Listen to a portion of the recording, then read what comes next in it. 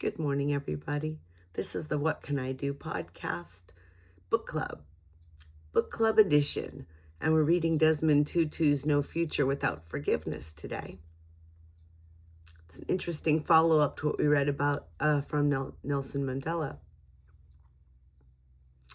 And Tutu says, "Great privilege, thanks. This is a great cathedral congregation under superb leadership of the Dean and Canon Bridges' outstanding preachers. I don't have to tell you.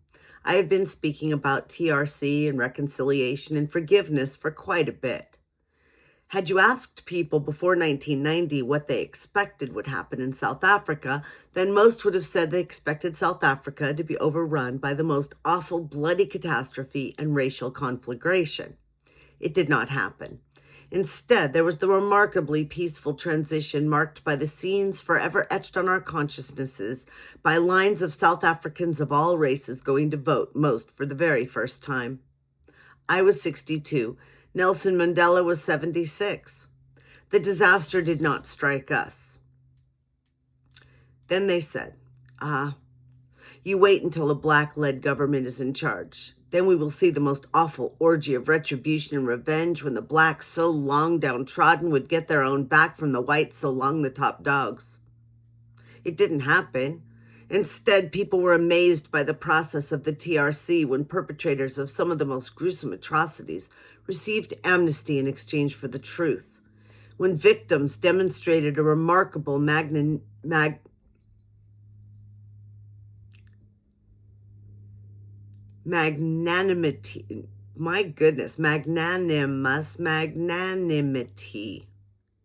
good one, in forgiving those who had manhandled them so viciously.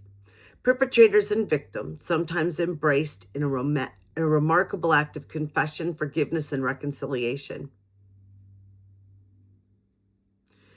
I thought to give a few vignettes illustrating some of this. Nelson Mandela spent much of his adult life fighting apartheid. He was frequently on the run from the police and proved elusive for a very long time, so that he was known as the Black Pimpernel. He spent very little time with his new young bride, Winnie, and they had hardly any family life to speak of. She brought up their two daughters virtually single-handed. She, too, was constantly harassed by the police, detained, banned, and eventually banished from Soweto to another part of the country where she didn't know the local language to increase her isolation. He was eventually captured and tried with others for high treason in the Rivonia trial. Basically, he and the other black co-accused were on trial for wanting to be recognized as human beings with inalienable rights. That must have appalled them and given them deep resentment at the travesty of justice which could sentence them to such inordinately long and heavy sentence like,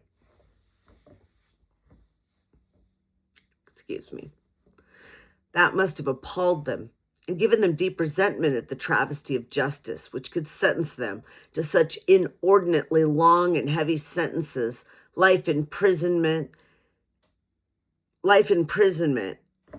and they had run the risk of getting the death penalty. That must have incensed them to no end at the blatant, fundamental injustice of it all. On Robben Island, they were serving terms of hard labor. They worked in the quarry where the dust and glare played havoc with their health and eyesight. Today, you are asked not to use flashes in taking Mandela's photos because his eyes were damaged there. It was no Sunday school picnic. They slept on a cement floor on small felt mattresses.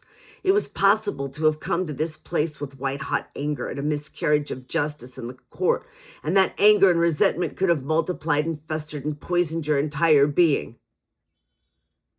It is possible and not unreasonable for Mandela to have been consumed by anger and bitterness, nursing grudges and just waiting to get his own back.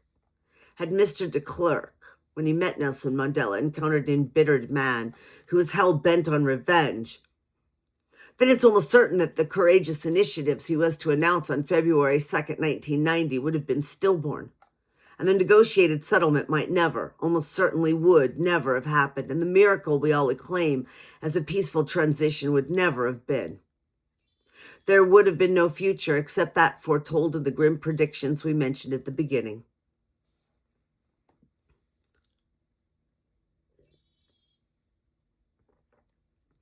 Instead, mercifully for us, Mr. de Klerk must have been blown over by the magnanimity.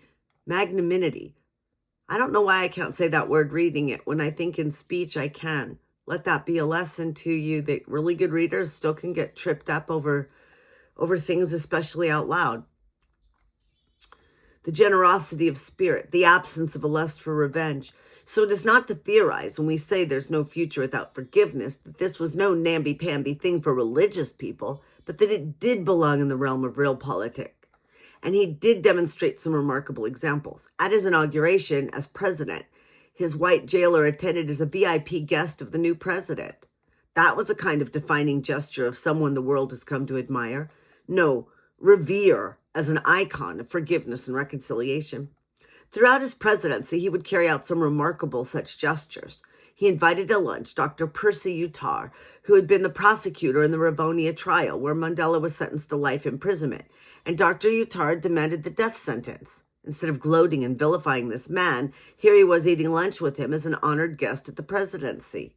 And then he invited the spouses, mostly widows of past political leaders, and the vast majority were white, and they would have been Afrikaner political leaders who had been our oppressors, to tea. The widow of Dr. Verwoerd, the high priest and chief architect of apartheid, was somewhat indisposed and could not come. I hope I said widow. It was widow. Maybe she didn't want to come as the guest of a black man, even if he was president. Most people would have said, well, that's that. But not Mandela. He asked if he could visit her, and when she agreed, he flew a distance of at least 400 miles to have tea with her. He charmed her, and most Afrikaners, so that they were eating out of the hand of this former terrorist.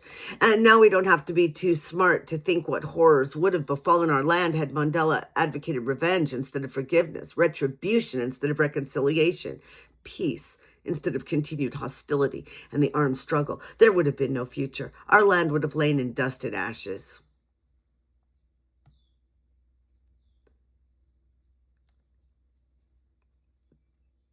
On Holy Saturday, 1993, Chris Ronnie, communist, this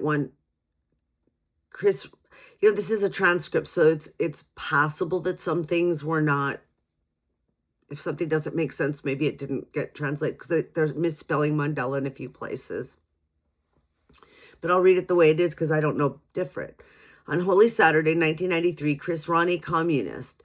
At one time, he wanted to become Roman Catholic priest. The charismatic leader, attractive and hugely popular, was assassinated. He was idolized especially by the militant youth.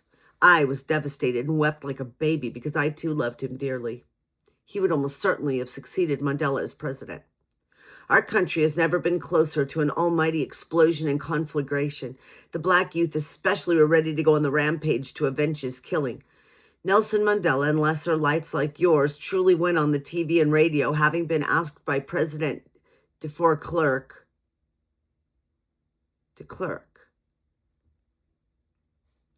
and appealed for calm, pleading that people should not take the law into their own hands. He could have done the opposite and exploited the white-hot rage in the black community and led an orgy of gory revenge. I don't think our country was ever closer to the edge of the precipices then. He averted the much-feared bloodbath, speaking about forgiveness and reconciliation. And as a consequence, here we are 10 years later after that disastrous assassination. Let me give one more example.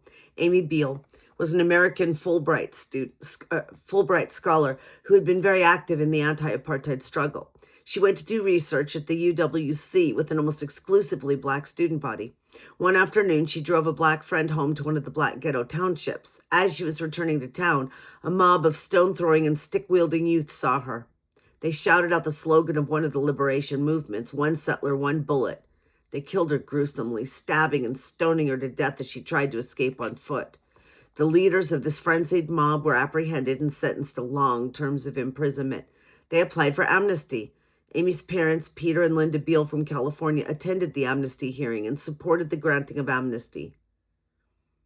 Peter said to me they acted in the fashion that their daughter would have approved. They visited the homes of the young men who'd killed their daughter and embraced their parents. They came quite frequently to that township, passing the spot where their child had been killed, and they did this several times.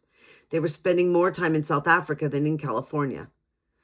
That was not all. They started the Amy Beale Foundation, which 5 operated. Oh, I see. The numbers are talking points that I'm accidentally reading. That was not all. They started the Amy Beale Foundation, which operated income-generating projects such as a bakery and skills training to try to rescue the township lads from the consequences of poverty, deprivation, violence, and crime. They could so easily have become embittered and wanted the killers punished and not to have anything to do with the community that had produced those frenzied killers. Now they were part of helping to shape a different future for several young people and other members of that community. No future without forgiveness is not just a glib, smart slogan. It happens to be the truth, whether we're thinking of an intimate relationship between 2 persons or several within a community or between ethnic groups and nations. Can you imagine how many broken marriages there would have been had there not been this mechanism to deal with the number of times we hurt or upset one another? There would be no future for such relationships without forgiveness. Starting from family and significant things like not appreciating each other, saying thank you, etc., to far more serious challenges to the relationship. God had to find a way of dealing with our frequent infractions of his law, our rejection of his love, our resentment of our essential vulnerability as creatures wanting the invincibility that properly belongs only to God. God had to find a different method than cleaning up the slate to start afresh as God did with Noah's flood. God found that way was through forgiveness, which means giving the other the opportunity of a new beginning. When we fail, God does not exclaim good riddance to bad rubbish. God picks us up, dusts us off, and says, try again. And as we stumble and fall so many times, we get that opportunity to begin again. Forgiveness means bringing good out of evil, love out of hate, light out of darkness. So eternal life stems from the cross instrument of an excruciating death. The Amy Beale Foundation from the gruesome death of a young woman. Forgiveness is not pretending that things are other than they really are. Forgiveness can be confrontational, telling it as it is, looking the beast in the eye. Forgiveness is letting go of your right to retaliation. It's like opening a window to let the fresh air rush into a dank, closed room. It is drawing the curtains apart to let the light stream into a dark room. For us, it is based on the African concept Ubuntu, the essence of being human, that a person is a person only through other persons, that my humanity is caught up in yours. I am fully me only if you are all you can be.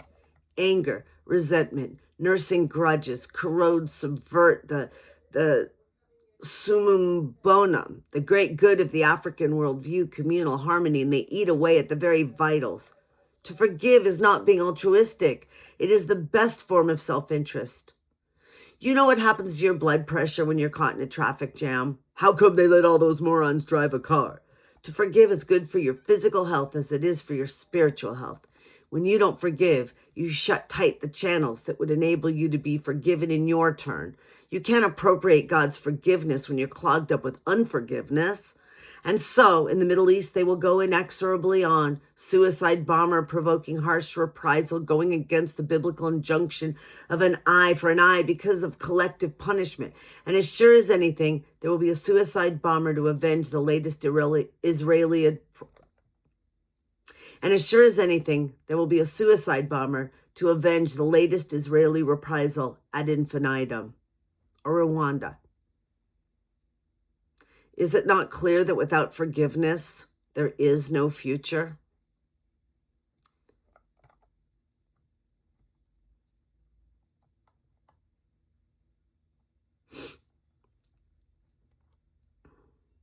Is it not clear that without forgiveness, there is no future?